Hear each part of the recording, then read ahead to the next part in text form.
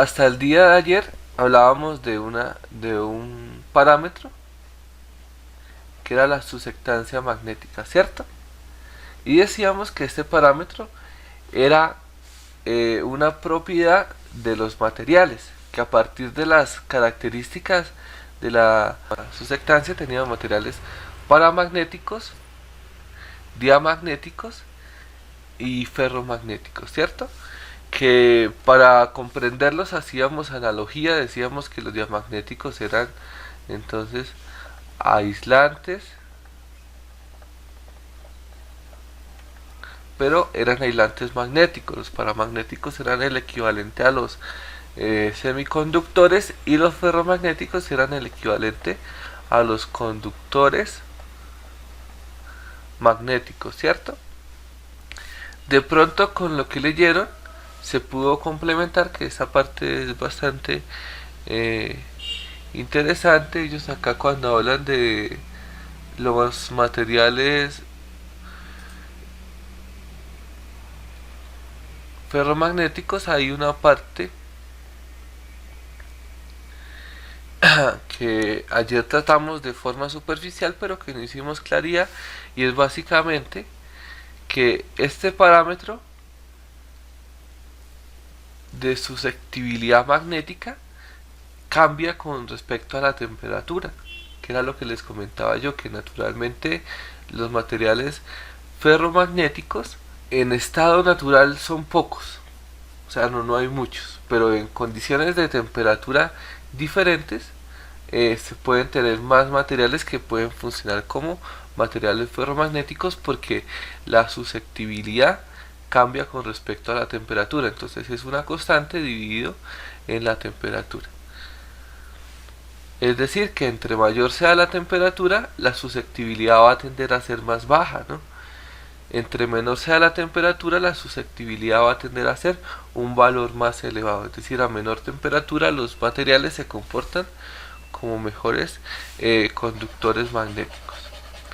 Acá en el texto, de pronto para complementar lo que ustedes leyeron, él habla de ese fenómeno y entonces da unos ejemplos, por ejemplo, de materiales paramagnéticos. Materiales paramagnéticos, eh, él habla que tenemos entonces el aluminio, el manganesio, el titanio, el wolfranio.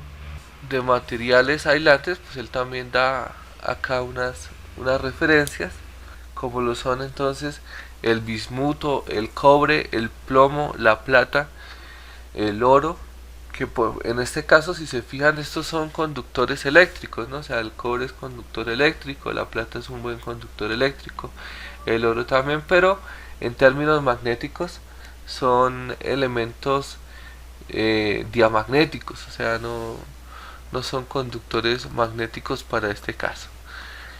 Y en los materiales que se comportan como materiales ferromagnéticos, él lo dice acá claramente. Entonces dice que solo hay tres elementos, que son el hierro, el cobalto y el níquel. Que también existen algunos elementos que son las tierras raras, como ga, el gadolino y el disprosio.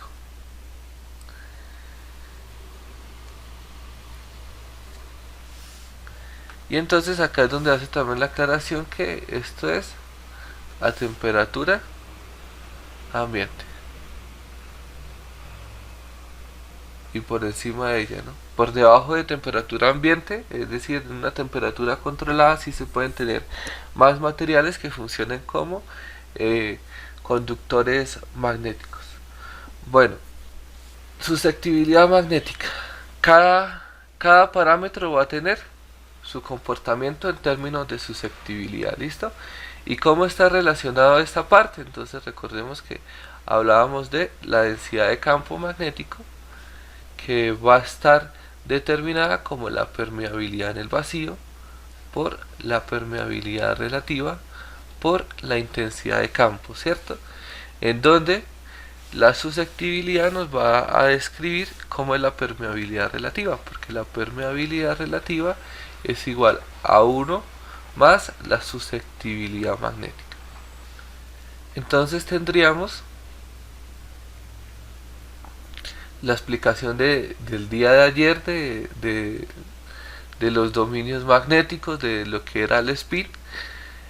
Y entonces tenemos que, para magnetizar un material, entonces fíjense en lo que estamos haciendo acá. Entonces para magnetizar el material, ellos lo exponen a una intensidad de campo. ¿Cómo se hace eso? Entonces básicamente lo que se está haciendo es tomamos el material ferromagnético. Fíjense que a través del material que existe una bobina, ¿cierto? La conectamos a una fuente de voltaje y se hace circular una corriente eléctrica por este sistema.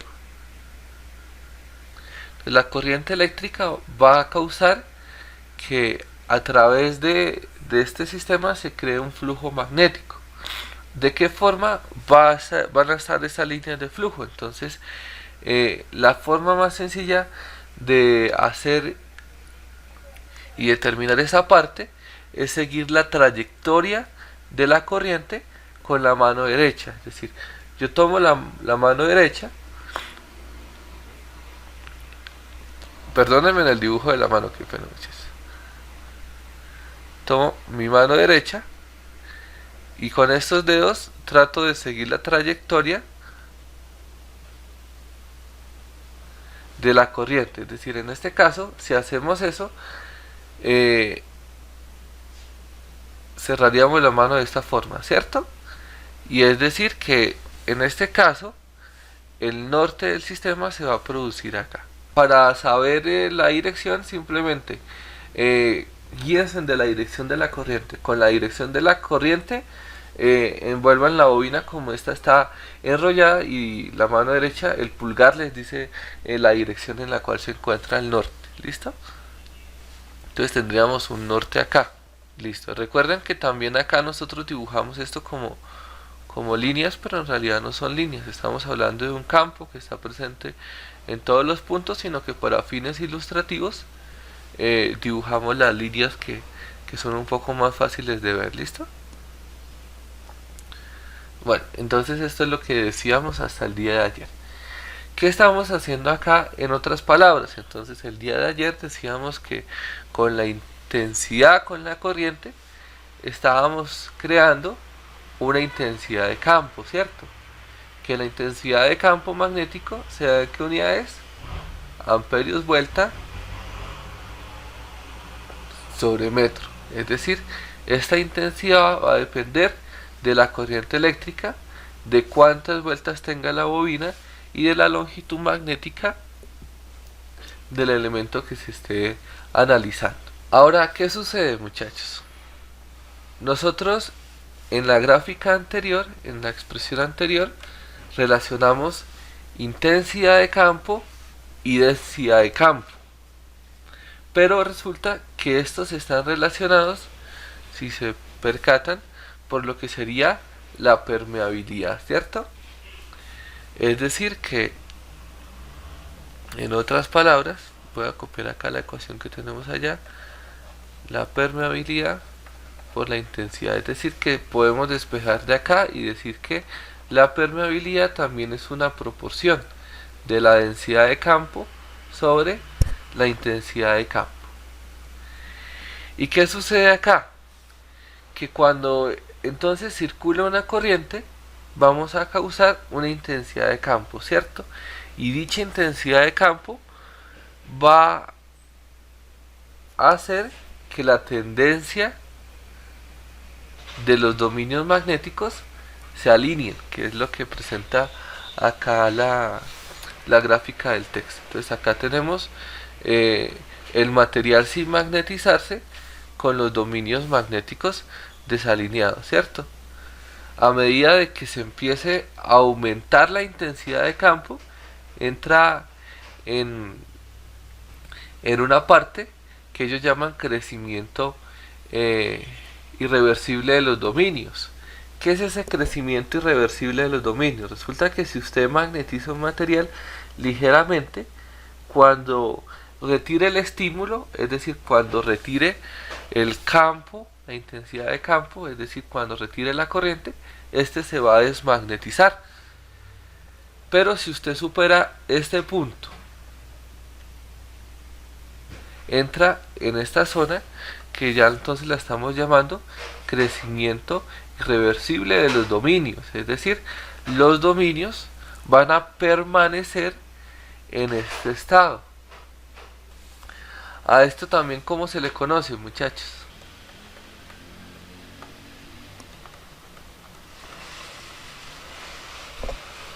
Entonces la histéresis es la propiedad que tiene un material de permanecer bajo una condición pese a que el estímulo que la causa sea retirado.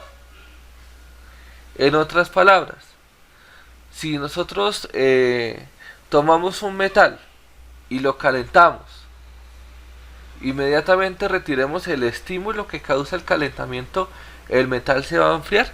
Apenas usted quite el estímulo, va a quedar caliente, ¿cierto? Y va a demorar un tiempo en volver a esa condición natural que era la temperatura ambiente. Entonces, en ese caso estamos hablando que ahí se está presentando el fenómeno de histéresis.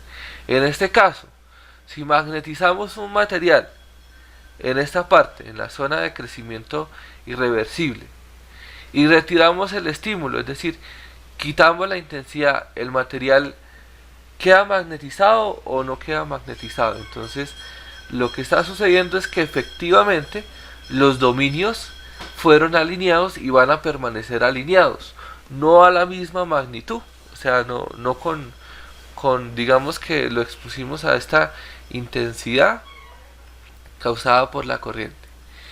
Y retiramos entonces después, apagamos la fuente de voltaje, él va a quedar funcionando por acá, o sea, con una intensidad un tanto menor, pero va a seguir magnetizado porque los dominios van a tender a permanecer alineados.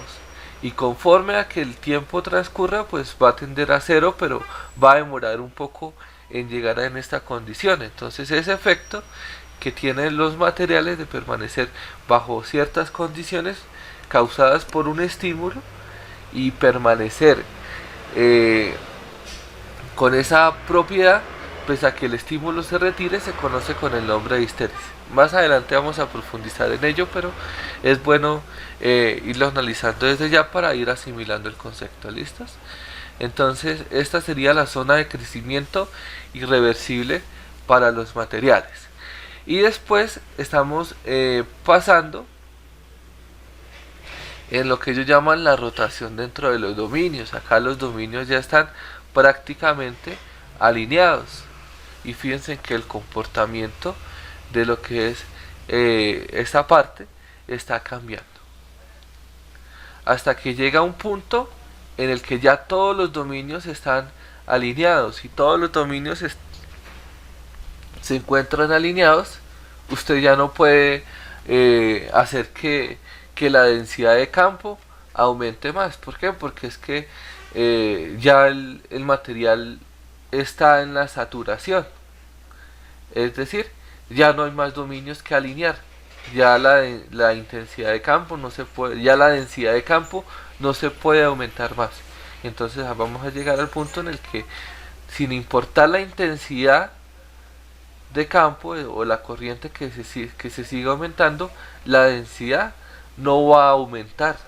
¿Por qué? Porque el material ya llegó a su límite magnético. Y ya sin importar cuánta corriente usted le agregue, usted le puede agregar acá, si quiere,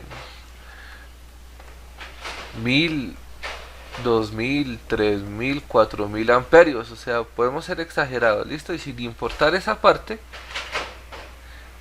su material ya está saturado. Es decir, por decir, si tenemos que esta curva asintótica es, por decir algo, un Tesla.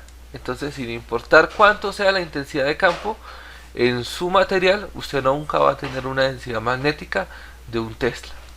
Otro aspecto que deben analizar es que, fíjense, nosotros expresamos la permeabilidad entonces como una relación de la densidad de campo y la intensidad. Y entonces fíjense que lo que tenemos acá es una curva. Entonces, ¿cuántas permeabilidades existen para este material? Entonces las permeabilidades son infinitas. Si miramos acá, acá vamos a tener una proporción, acá otra proporción, acá otra proporción, acá otra proporción. Y entonces, conforme a que se analice el sistema, la proporción es diferente. Es decir, en otras palabras, la permeabilidad relativa de los materiales cambia. Y cambia porque la susceptibilidad magnética también es un parámetro que cambia, o sea, no es un parámetro constante. A este comportamiento intensidad-densidad vamos a empezar a llamarlo como la curva de magnetización.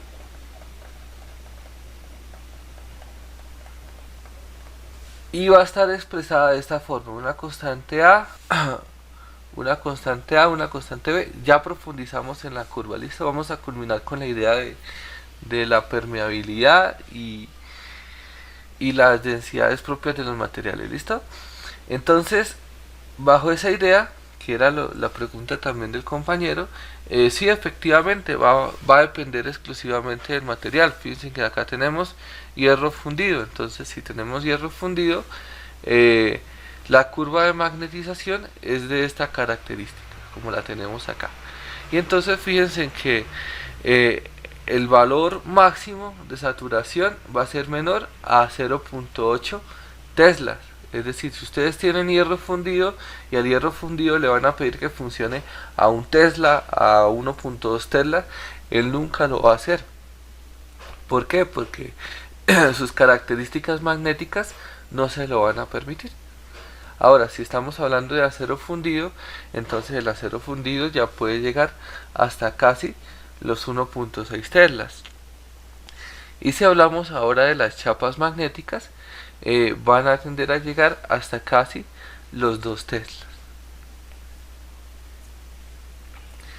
Entonces, con la curva de magnetización lo que dejaríamos claros es que en realidad los tres materiales tienen una curva de igual característica, ¿cierto? Es decir, al final los tres materiales tendrían su curva de magnetización dada de la forma B igual a A por la intensidad de 1 más otra constante por la intensidad. Lo que estaría cambiando en este caso es cuánto vale el parámetro A y cuánto vale el parámetro B. Entonces, en este caso, el hierro fundido va a tener un parámetro A y un parámetro B. El acero fundido va a tener otro parámetro A y otro parámetro B. Y la chapa magnética va a tener otro parámetro A y otro parámetro B. Y los tres son diferentes. La curva viene expresada de la misma forma, pero como los parámetros son diferentes, entonces las curvas son diferentes. Otro aspecto que se puede evaluar entonces es que las permeabilidades entonces de estos materiales, pues pese a que son diferentes en las partes de la curva, también son diferentes entre partes. Si en esta ecuación usted tiene la intensidad, por decir algo, tenemos 1500 amperios vueltas sobre metro, entonces tendríamos que B va a ser igual a A, y entonces la intensidad va a cambiar, ¿cierto? Va a ser igual a A por 1500 de 1 más B por 1500. Ahora, si A y B son parámetros conocidos, automáticamente usted tiene la magnitud de la densidad de campo. Para eso nos sirve la curva de magnetización. Ahora, ¿qué deben tener claro? Que en cualquier valor que evalúen la intensidad de campo, la densidad va a cambiar, ¿cierto? Decíamos que efectivamente para cada valor de H va a existir un valor de B, ¿cierto? Y que para determinar entonces la permeabilidad, entonces en este caso, si miramos la permeabilidad del material a 1500 amperios vueltas sobre metro, entonces serían mirar la proporción de la densidad a 1500 amperios vueltas sobre metro sobre la intensidad a 1500 amperios vueltas sobre metro, y va a tener un valor único. Si cambiamos la intensidad va a cambiar la densidad y también va a cambiar el valor de la permeabilidad. ¿Listo? Entonces recordemos que bueno, y entonces las permeabilidades son diferentes porque en realidad lo que está cambiando es la permeabilidad en el vacío, va a permanecer constante. Recordemos la permeabilidad en el vacío por la permeabilidad relativa. Entonces la permeabilidad en el vacío no está cambiando, lo que está cambiando es la permeabilidad relativa, y está cambiando porque está cambiando la susceptibilidad magnética del material, y está cambiando porque los dominios se están alineando o se están desalineando, y eso pasa en dependencia de la intensidad de campo. Esa es la explicación más general que podemos sacar de esta parte.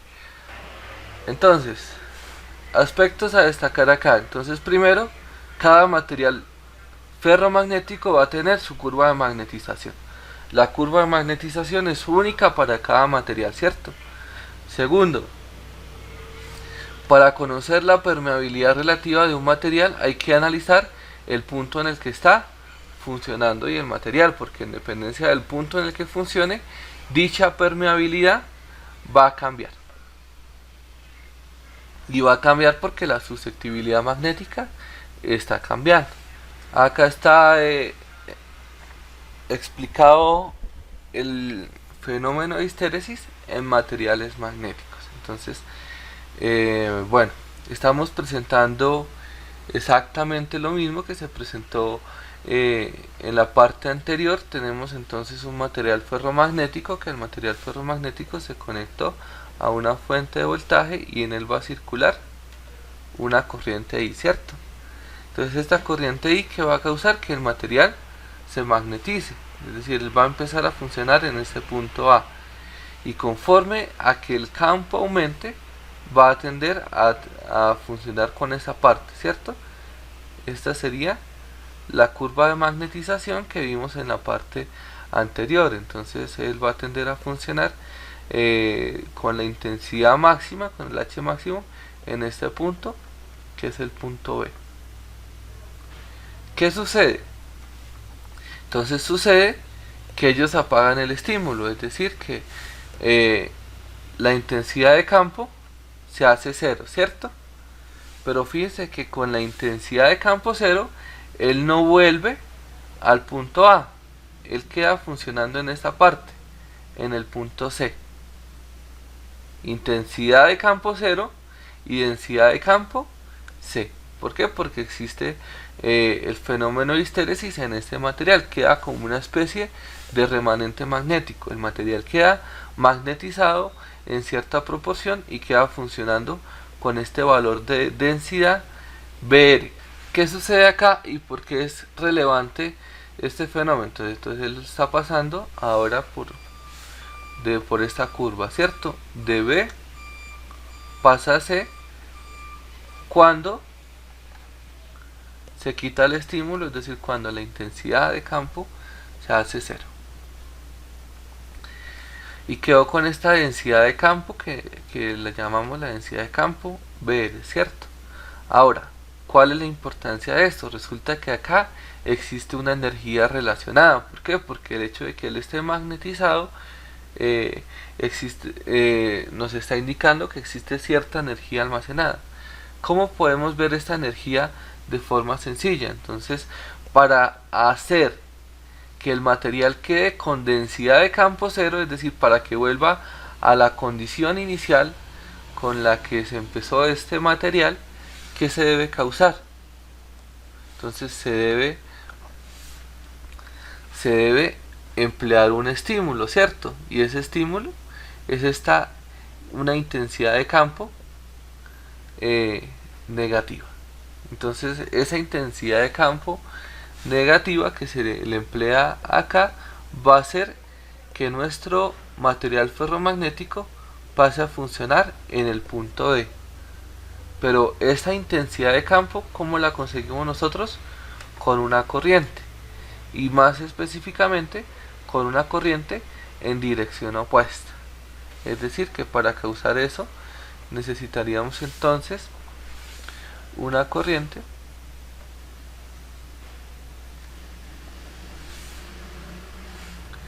pero una corriente en dirección opuesta para hacer que el material vuelva a una densidad de campo de cero. Y para conseguir eso se está empleando energía, ¿cierto? Tendríamos que originalmente el material sin el fenómeno de histéresis tendría esta curva ideal, pero cuando le agreguemos histéresis entonces las trayectorias van a cambiar porque va a existir este remanente magnético, ¿cierto? Y entonces la realidad es que las trayectorias van a ser de esta forma. Ahora, acá se va a analizar lo que se conoce con el nombre del ciclo de histéresis. ¿Qué es el ciclo de histéresis? Entonces, por el momento nosotros analizamos el material en esta parte de la curva, ¿cierto? Solamente en el eje positivo. Pero resulta que las bobinas también pueden funcionar en corriente alterna, en donde la corriente alterna entonces es una función sinusoidal. Esto implica que la magnitud de la corriente va a cambiar, causando que la intensidad cambie y que va a tener un ciclo positivo y un ciclo negativo, es decir, que la corriente va primero en un sentido y después va en otra dirección, que es lo que está pasando acá. ¿Eso qué va a causar? Entonces que cuando está en cero, por primera vez el material va a empezar a recorrer esta trayectoria, ¿cierto? Que sería la curva de magnetización convencional hasta llegar a su intensidad máxima. Después de eso, entonces lo que va a suceder es que progresivamente la intensidad va a tender a reducirse en esta parte. Y entonces para ese caso vamos a tener que la trayectoria sería esta, que es lo que acabamos de analizar, ¿cierto? Pero en esa gráfica nos faltaría poner la misma curva de magnetización pero en dirección opuesta, que sería esta la curva de magnetización, ¿cierto?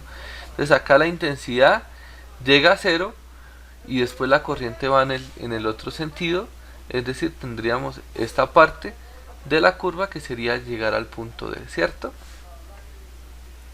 Que estaríamos por acá. Y luego va a seguir reduciéndose hasta llegar a un valor mínimo, que sería en esta parte el punto E. Inmediatamente llegue a ese valor mínimo va a tender a aumentar nuevamente, entonces va a tender a aumentar, pero no va a seguir la misma trayectoria hasta que llegue a que la intensidad de campo es nuevamente cero, reducido acá.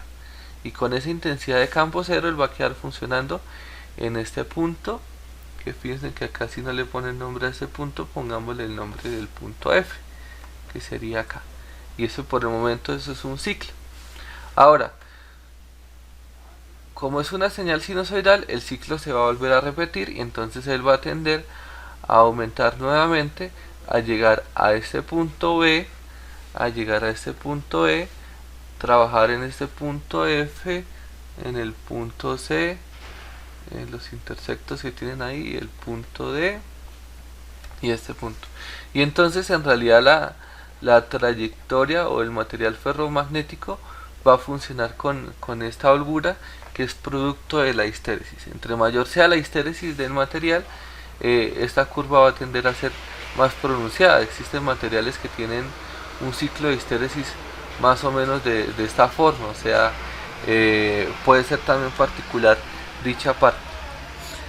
Lo otro que también se debe destacar es que también en dependencia de la magnitud este ciclo puede cambiar, o sea, si la magnitud de la corriente es otra, pues estas son las otras curvas que aparecen acá.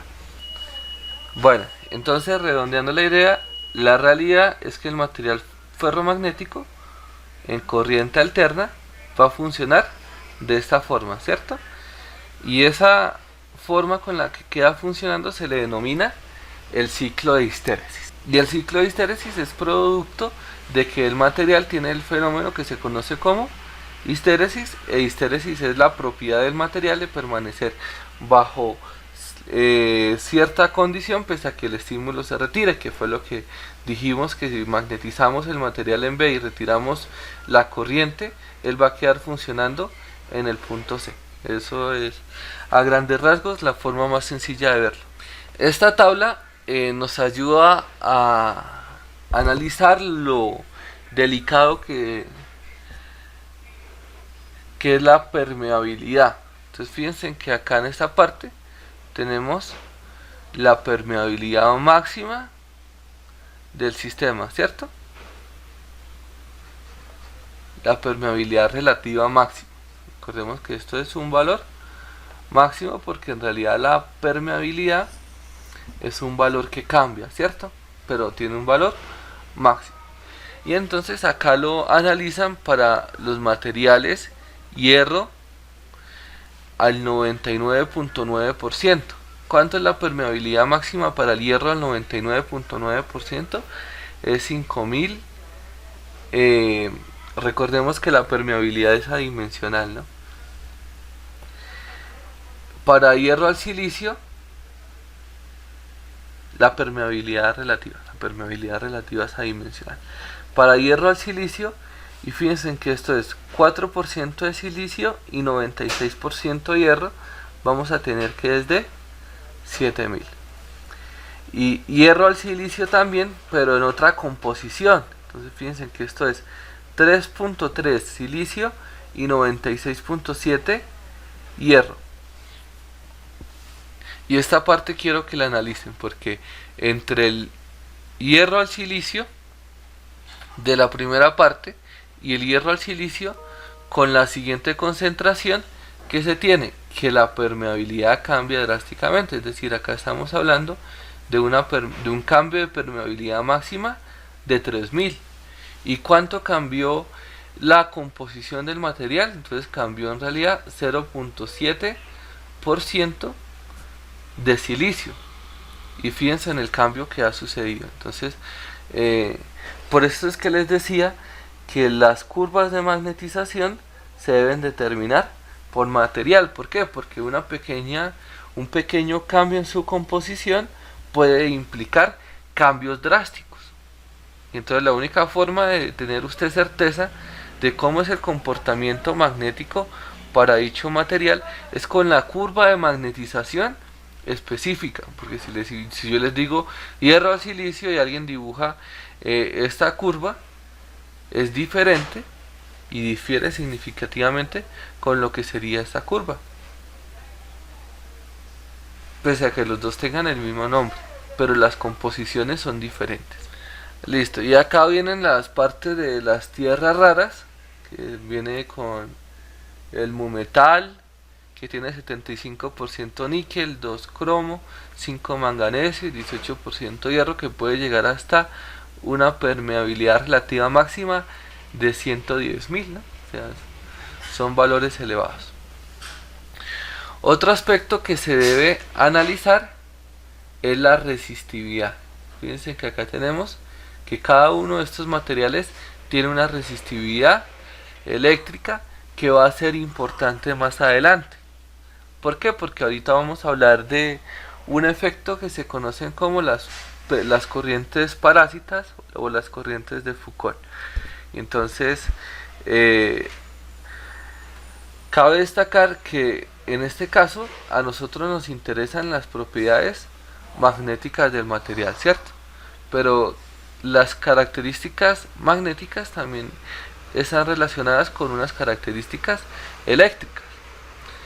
Las eléctricas van a ser significativas más adelante. ¿Por qué? Porque entonces fíjense que si empleamos netamente hierro, el hierro es un conductor magnético, tiene una permeabilidad relativa pues considerablemente alta, pero también tiene una resistencia baja, haciendo que el material sea un peor conductor eléctrico se mejoran también las condiciones magnéticas hasta cierto punto, ¿cierto?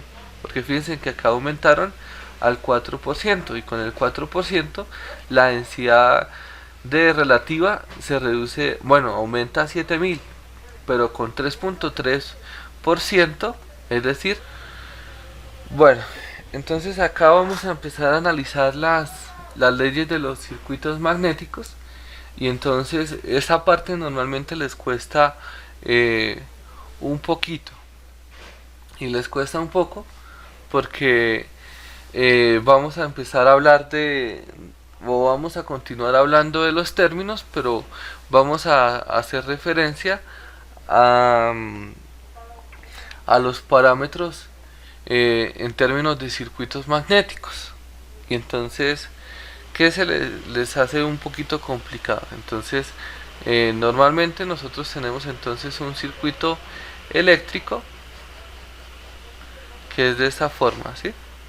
Entonces tenemos una fuerza electromotriz, una resistencia eléctrica, una diferencia de potencial eléctrico, y a través de este sistema pues va a fluir una corriente eléctrica, ¿cierto?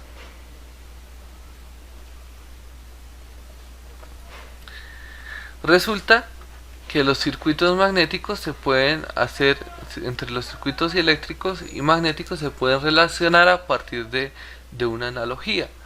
Entonces, lo que se les complica un poquito es verlo físicamente. Entonces, en este caso, para que exista un circuito eléctrico, que debe existir una trayectoria cerrada en el sistema, ¿cierto? Es decir, usted tiene una resistencia, por decir algo, y tiene acá una batería. Entonces lo primero es que debe interconectar los dos elementos y debe tener exactamente, y debe, inclusive dibujemos el conductor aparte. Entonces debe cerrar los elementos con un conductor, efectivamente, ¿cierto? Y hacerlo con un conductor eléctrico. Entonces puede ser cobre, por decir algo. Y acá estamos hablando del circuito eléctrico que tenemos en la parte superior. Entonces, en el caso de los circuitos magnéticos, también vamos a hablar que deben existir trayectorias cerradas, pero en este caso de un conductor magnético, que para este caso va a ser hierro, ¿cierto? O hierro al silicio o acero al silicio, como lo vimos anteriormente. Y también en este caso pues vamos a tener una bobina, que la bobina, recordemos, lo hemos dicho, el voltaje, la corriente, pero al final la bobina es la que nos está causando la intensidad de campo, ¿cierto? Es decir, que esta bobina en el material ferromagnético se va a comportar como la fuerza, pero ahora no es electromotriz, no va a ser que se muevan los electrones, sino una fuerza magnetomotriz. Y está conectada a través de un conductor magnético, es decir, que existe una trayectoria cerrada. Pero dicho conductor magnético se va a oponer a que exista este flujo magnético, es decir, que en él va a existir una oposición a este flujo magnético.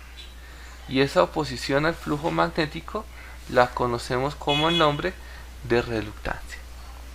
Y entonces empezamos a analizar las leyes de los circuitos magnéticos. Entonces, entre las leyes van a empezar a aparecer las notaciones más generales. La divergencia de la densidad de campo es igual a cero, es decir, en otras palabras, todas las líneas de flujo que salen vuelven a ingresar si se analiza desde una trayectoria cerrada, pero esta es su forma diferencial de evaluarlo. Nosotros lo habíamos visto en la clase anterior desde la forma integral, ¿listo? Entonces esta forma integral está un poco más relacionada con lo que vimos. Lo importante acá es llegar a las relaciones que son aproximaciones válidas para poder analizar esa parte. Entonces, entre esas aproximaciones vamos a tener esta primera.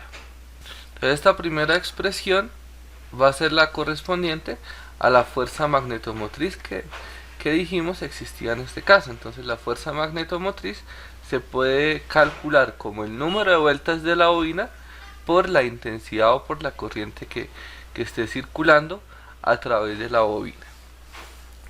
La siguiente relación que nos interesa de acá es esta, ¿cierto? Que es la descripción de lo que ahora se va a conocer como el potencial magnético. Entonces el potencial magnético es, acá dicen en menos el gradiente de U, pero en realidad acá va a existir una igualdad, porque en esta reluctancia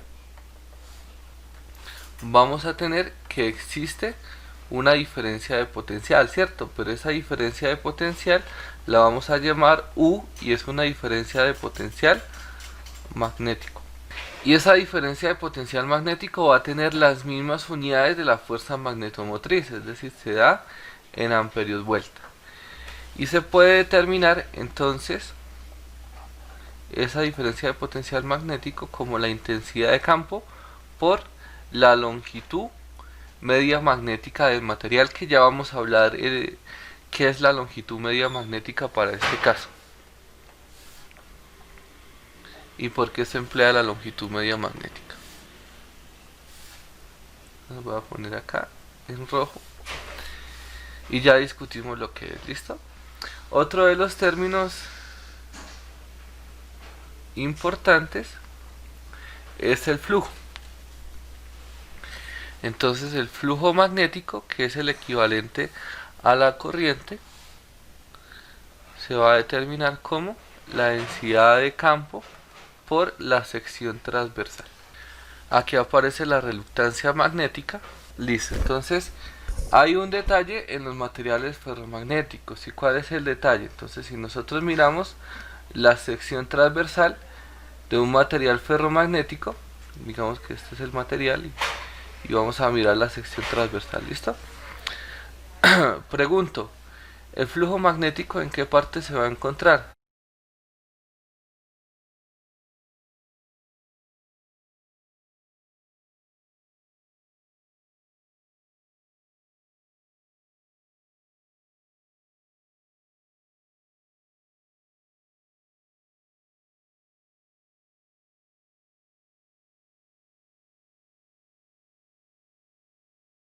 El flujo se da en Weber.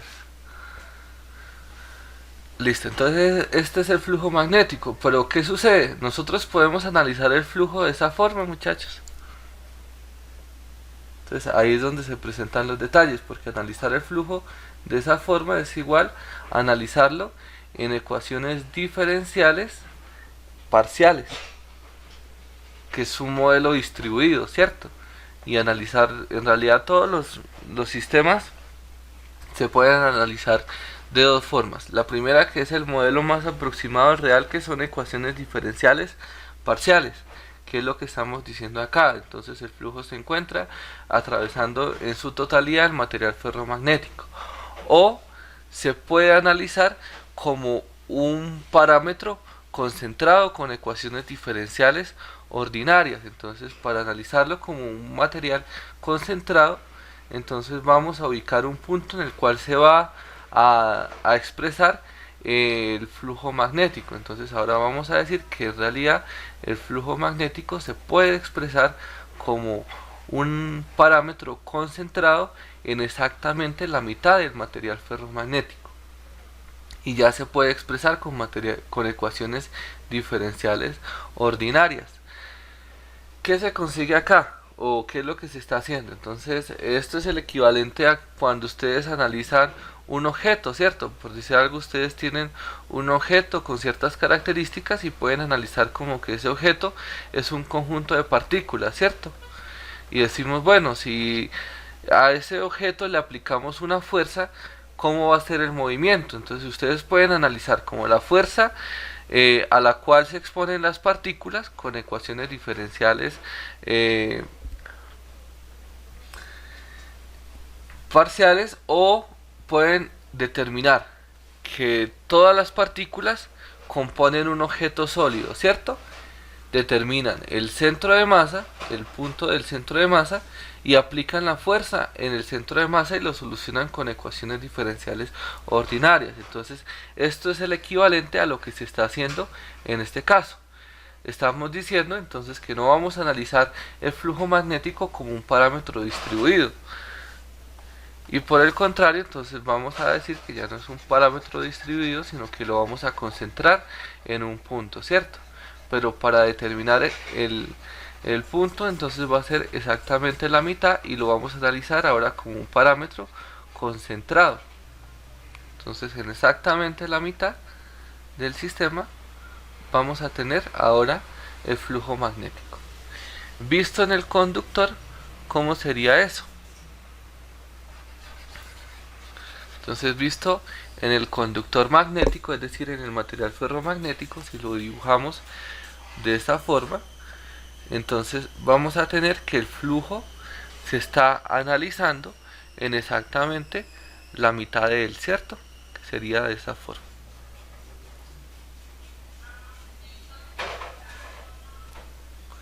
Y entonces fíjense en que va a tener una trayectoria. A esa trayectoria lo vamos a llamar como la longitud, y esta longitud también se le conoce con el nombre de longitud media magnética. Entonces esa longitud media magnética va a ser el equivalente de analizar el flujo como un parámetro concentrado en exactamente la mitad del material ferromagnético. Entonces ese parámetro concentrado nos va a servir entonces para determinar los potenciales magnéticos con la longitud media magnética, en este caso, y también para determinar la reluctancia del conductor. Entonces acá estamos empleando esos parámetros, longitud media magnética acá y longitud media magnética en la parte de la reluctancia. Estas ecuaciones tienen que tenerlas muy claras, muchachos, porque a partir de este instante, entonces cada vez que hablemos de una bobina, esa bobina va a ser una fuerza magnetomotriz que se puede calcular como el número de vueltas por la corriente, o también se puede calcular como la intensidad de campo total en el circuito por la longitud media magnética. El flujo entonces se puede determinar como la densidad de campo por la sección transversal. Entonces esa sección transversal que está acá va a corresponder a la sección efectiva, es decir, esa sección transversal va a ser esta, ¿no? La que está atravesando el flujo. Esa área, la voy a señalar acá, es el S, ¿listo? Entonces si quisiéramos analizar esta parte, entonces recordemos que la intensidad de campo está causando que exista un flujo, ¿cierto? Y que en realidad lo que nosotros analizamos directamente es la densidad de flujo. ¿Qué es la densidad de flujo? Entonces el más general que aparece en los textos es el número de líneas magnéticas que atraviesan una superficie, ¿cierto? Es decir, el flujo sobre la sección transversal, y lo que se expresa acá es que en realidad a partir de la densidad de campo se determina el flujo. ¿Por qué se hace de esa forma? Porque nosotros tenemos la relación densidad e intensidad de campo, ¿cierto? Que está dada como la curva de magnetización, ¿cierto? Entonces con la intensidad podemos determinar la densidad, con la densidad se termina estableciendo el flujo. Entonces, en otras palabras, entre mayor sea la sección transversal, menor va a ser la densidad, porque usted va a tener el mismo flujo magnético, las mismas líneas de flujo, pero en más sección transversal. En el flujo hay que analizar otras partes. Entonces existe un fenómeno que se conoce con el nombre de flujos dispersos. ¿Qué son los flujos dispersos? Entonces resulta que si tenemos un material, entonces nosotros ya dibujamos un material ferromagnético típico que es de esta forma, que ahorita lo dibujamos fue así, la sección transversal. Bueno, entonces vamos a analizarlo desde una vista superior. ¿Y por qué lo quiero hacer de esta forma? Porque nosotros dijimos que en este material vamos a pasar una bobina, ¿cierto? ¿Y qué sucede con esa bobina? Que si nosotros analizamos la bobina en el material, ¿qué sucede? La bobina va a ser cuadrada. Entonces no, ¿cierto? Van a quedar espacios porque la bobina no se va a poder ajustar en un 100% al material ferromagnético. O sea, acá van a quedar espacios en los cuales va a quedar funcionando con aire, ¿cierto? Recordemos que si queda funcionando con aire, él va a quedar funcionando con una permeabilidad relativa de mu sub 0, ¿no? Y si funciona acá en el material ferromagnético, entonces el material va a quedar con una permeabilidad diferente, que sería la permeabilidad sub 0 por la permeabilidad relativa, que esa es propia del material. Ahora, ¿qué sucede ahí, muchachos? Que entonces vamos a tener dos flujos. Un flujo es el que efectivamente va a estar en el material ferromagnético, ¿cierto? Que es el que estamos analizando en la parte anterior y que vamos a empezar a llamar como el flujo útil, porque es el que va a circular en el material. Y existe una proporción de ese flujo que no se va a poder aprovechar, que son este flujo que va a quedar concatenado en este aire, en los segmentos de aire. Y a eso le vamos a conocer con el nombre de los flujos dispersos. ¿Cómo reducir flujos dispersos? Bueno, entonces se puede hacer que el material ferromagnético tenga de pronto unos segmentos que intente acercarse un poco a la forma circular de las bobinas, pero en la mejor condición.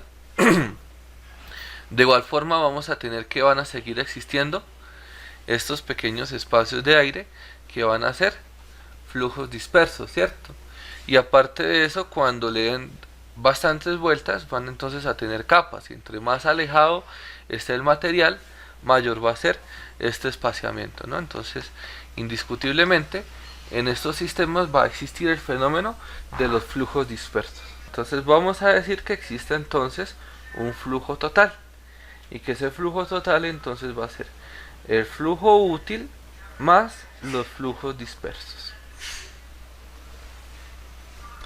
Y entonces acá es donde el texto, en el caso del texto, pues ellos expresan esto de igual forma. Fíjense, acá tenemos los flujos dispersos.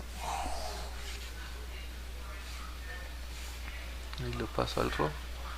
Tenemos los flujos dispersos, que serían esta parte, el flujo útil, y el flujo útil más los flujos dispersos van a ser lo que se conoce con el nombre del flujo total, que es lo que les estoy presentando en la parte superior. Bueno, acá no lo calcula.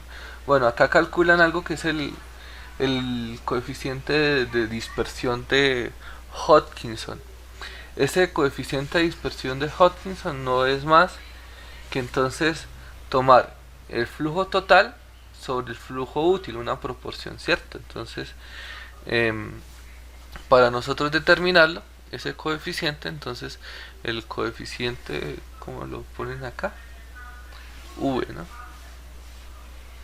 Entonces el coeficiente de Hodgkinson sería el flujo total sobre el flujo útil, es decir, el flujo útil más los flujos dispersos sobre el flujo útil, ¿no? Y es por ello que ellos expresan este coeficiente como el flujo útil sobre el flujo útil, 1 más los flujos dispersos sobre el flujo útil. Y este es el coeficiente de Hodgkinson que presentan allá. Importante, muchachos, acá hay algo que en los textos van a empezar a llamar el entrehierro.